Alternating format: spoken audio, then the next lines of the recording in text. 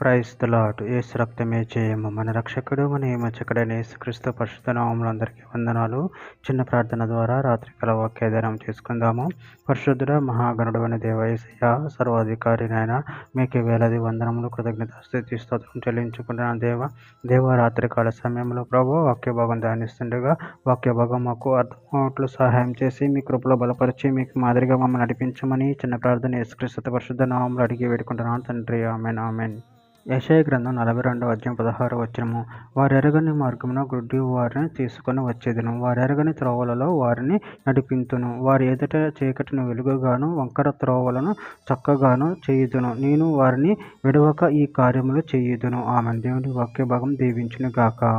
ప్రభునందు ప్రియులారా, ఇక్కడ వాక్య భాగంలో గమనించినట్లయితే, వారెరగని మార్గంలో గుడ్డి వారిని తీసుకొని వచ్చేదను, వారెరగని త్రోవలలో వారిని నడిపింతును. వారి ఎదుట చీకటిని వెలుగుగాను, వంకర త్రోవలను చక్కగాను చేయుదును. నేను వారిని విడవక ఈ కార్యముని చేయుదును. అదేవిధంగా వాక్య భాగంలో గమనించినట్లయితే యెషయా గ్రంథం 29వ అధ్యాయం 18వ వచనం, ఆ దినమున చెవిటివారు గ్రంథ వాక్యములు విందురు, అంధకారము కలిగినను గాఢంధకారము కలిగినను గ్రుడ్డివారు కనులారా చూచెదరు. యెషయా గ్రంథం 29వ అధ్యాయం 24వ వచనం, చంచల బుద్ధి కలవారు వివేకులగుదురు, సనుగు వారు ఉపదేశమునకు లోబడుదురు. యెషయా గ్రంథం 30వ అధ్యాయం 21వ వచనంలో, మీరు కుడి తట్టైనను ఎడమ తట్టైనను తిరిగినను ఇదే త్రోవ, దీనిలో నడువుడి అని నీ వెనక నుండి ఒక శబ్దము నీ చెవులకు వినపడును.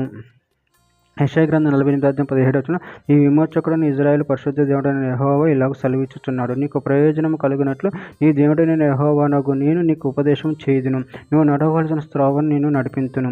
తెస్సలోనికీయులకు రాసిన 2వ పత్రిక 2వ అధ్యాయం 13-14 వచనం, ప్రభు వలన ప్రేమింపబడిన సహోదరులారా, ఆత్మ మిమ్మును పరిశుద్ధపరచుట వలన మీరు సత్యం నమ్ముట వలన రక్షణ పొందుటకు దేవుడు ఆది నుండి మిమ్మును ఏర్పరచుకొనెను.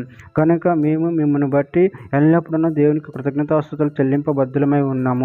మీరు ఇలాగున రక్షింపబడి మన ప్రభువైన యేసుక్రీస్తు యొక్క మహిమను పొందవలనని ఆయన మా సువార్త వలన మిమ్మును పిలిచెను. కీర్తన గ్రంథం 18వ అధ్యాయం 28వ వచనం, నా దీపము వెలిగించువాడు నీవే, నా దేవుడైన యెహోవా చీకటిని నాకు వెలుగుగా చేయును.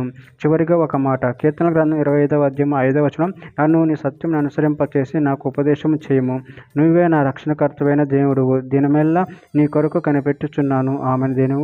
దేవుడి వాక్య భాగం దీవించిన గాక. చిన్న ప్రార్థన చేసుకుందాము.